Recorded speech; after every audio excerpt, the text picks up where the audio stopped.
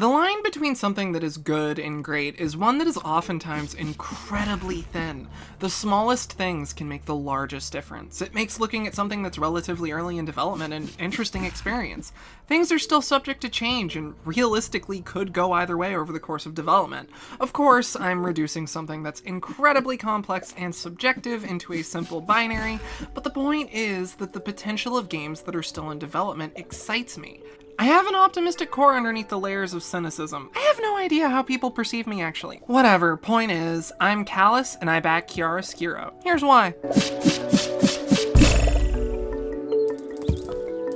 This is another project that has one person at its core. Blackberry Ken, or Joey. He's getting help from a few other people with music, concept art, and animations, but he seems to be at the core of the project, and for now at least is doing all of the programming and like game designy stuff, while also having a hand in all of the other aspects of the game. The Kickstarter does mention possibly hiring more people on, fair enough. At any rate, it's clearly very indie, which is a positive as far as I'm concerned. I've gotten really tired of all the corporate BS lately. In the interest of full disclosure, I will say that Joey did contact me to ask me to take a look at the game. This was my first interaction with him, and I was already considering looking at this one. I did decide to make this video of my own free will, though. And this is not a sponsorship. Chiaroscuro is a metroidvania action platformer in a dire fantasy setting filled with strange creatures. You may be thinking, didn't you just cover a metroidvania in one of these? And the answer is yes. It's my channel, I have tastes, and I shockingly don't control when Kickstarter projects happen, so here we are. This one lists its primary inspirations as Cave Story, Hollow Knight, Limbo, and Undertale. I can see bits and pieces of all of these, most noticeably Hollow Knight and Limbo. So the first thing that made me interested in the game is pretty obvious. Just look at it. It's beautiful. It has a primarily black and white aesthetic with other colors used rarely and deliberately. Each character and enemy has a bold outline, usually white, but sometimes with another color. This is sort of a weird and hyper-specific thing to get excited about, but I absolutely love alternative outline colors. I'm most familiar with their use in anime, and I wish they were more common in, like, everything.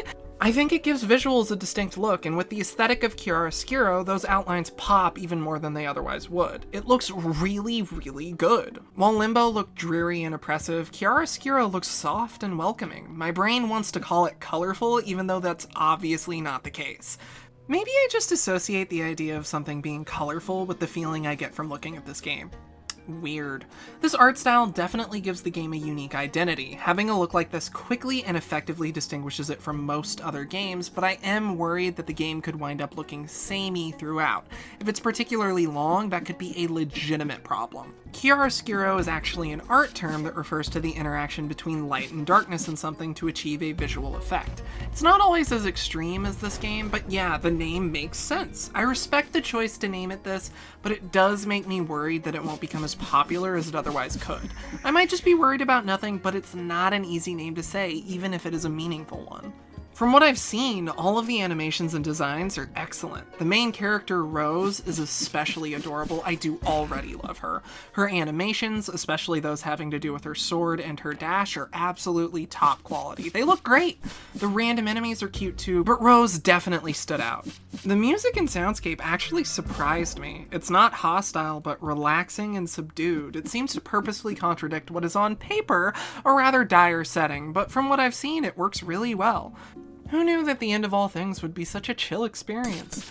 My only concern with the sound design is that when picking up an upgrade in the demo, there wasn't really any sound associated with it, which I found strange. At any rate, the aesthetic elements alone did a lot to get me interested in this. I simply love the look. As for the story, the world has fallen into darkness and only a few precious flickers of light remain. The demo's only direct narrative is a text box telling Rose to wake up. There's just not enough actually here to judge the narrative. It's a concept with potential that ties very clearly into the art style and name of the game, and that's good, but what we've been presented so far is just that, a concept. The other adventurers on the Kickstarter page seemed interesting, but they're also not anywhere in the demo. Bandits at the very end, but not like, but it's just here's the character saying, thank you for playing the demo.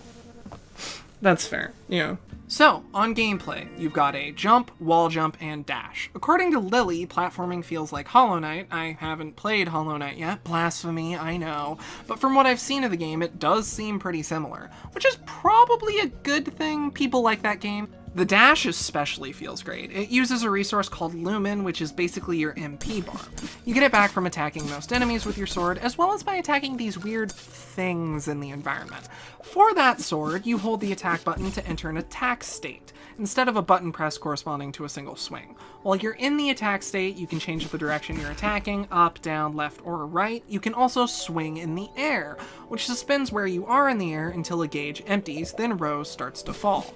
You can also bounce off enemies with a down attack in the air. Doing this fills the aerial sword gauge up by a hit. This does potentially open the door for some crazy platforming later on, I'm sure. It does feel good to attack like this. Generally speaking, I prefer one button push corresponding to a single attack, but there is potential here for interesting enemy and boss design. My biggest complaint and possible concern with the demo does have to do with how the sword and other attacks function. See, entering an attack state drastically reduces your mobility. Even just a single swing causes you to be locked in place for a decent amount of time. I could definitely see particularly difficult combat encounters, especially late game bosses, being made frustrating by this. I think the solution to this that would involve the least changes to the overall combat system would be the ability to cancel your attacks with a dash. Balancing wise, dashing already takes a resource to use, but beyond that, I'm not going to assume to know how easy this would be to implement and balance, but I do know it would go a long way towards making the game feel so much better, so I think it's worth it. There's also a bow. You can charge up shots for max damage, and charging in midair suspends you there like with the sword. It doesn't cost a resource to use, and it's safer than the sword, but it doesn't restore lumen when you hit enemies with it. There are also elemental attacks. These are special magic attacks, which of course means they use lumen.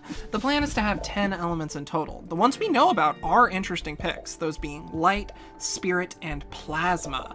The only one in the demo is Light, which shoots out Legend of Zelda-esque sword beams. Drains your lumen super fast, but it's fucking cool and fun to use. Apparently, these will affect Rose's moveset in multiple ways. This isn't really implemented yet, but fair enough. I like the idea a lot.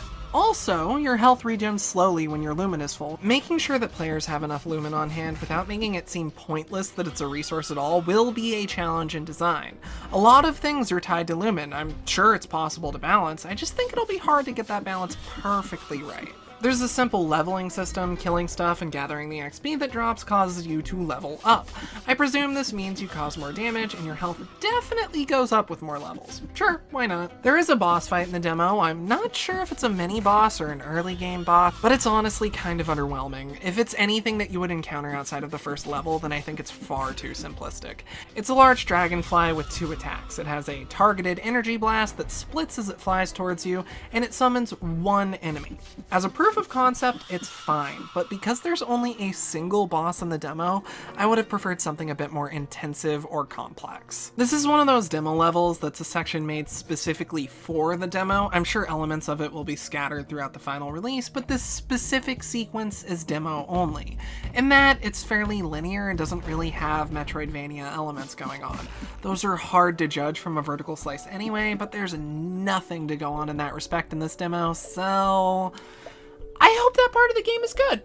There's no map in the demo. I don't have anything to say on that beyond I hope that the final game has one. Also, I don't like bottomless pits in Metroidvanias or games that otherwise encourage exploration. It makes scraping the levels for secrets more of a pain, especially when you know for a fact there's stuff hidden down near those pits, like there is at least once in this demo. This game is an interesting one. The aesthetic is absolutely beautiful. I love it. The atmosphere is unique, and playing the game is for the most part really fun. I want more. I do genuinely think that Chiaroscuro could be great, but based on this demo, it's not quite there yet. There's a lovely foundation here, and I do really want this game to be as great as it possibly can be. I do think it can get there. If I didn't, I wouldn't be making this video. So here's hoping that Chiaroscuro winds up being something truly special. I really can't get enough of just looking at this one. It's so pretty. If this game interested you and you'd like to back it or take a look at the demo for yourself, the link's in the description. There's over 20 days left as of the writing of the script, and it's over halfway to its goal. It's making good time. No stretch goals announced yet, but things are looking good. This has been Kalice. Thanks for watching. You can like the video, subscribe, or share this video around if you enjoyed it and want to. My Patreon exists if you'd like to support me. There's neat bonuses like access to my Discord server and the ability to vote in polls to determine future content on the channel, so feel free to go look at that if you'd like. Speaking of, big thanks to all of my current patrons like Lotta, Edith, and Sam, all of whom are really cool people. Keep loving what you love, and I'll see you next time with something else. It's really not this game's fault, but any plot-important discussions of light and darkness always immediately makes my mind jump to Kingdom Hearts. Here's hoping Rose's adventure makes at least slightly more sense than Sora's. Fill me with the power of darkness! Kingdom Hearts! Are we leaving that in? Good question.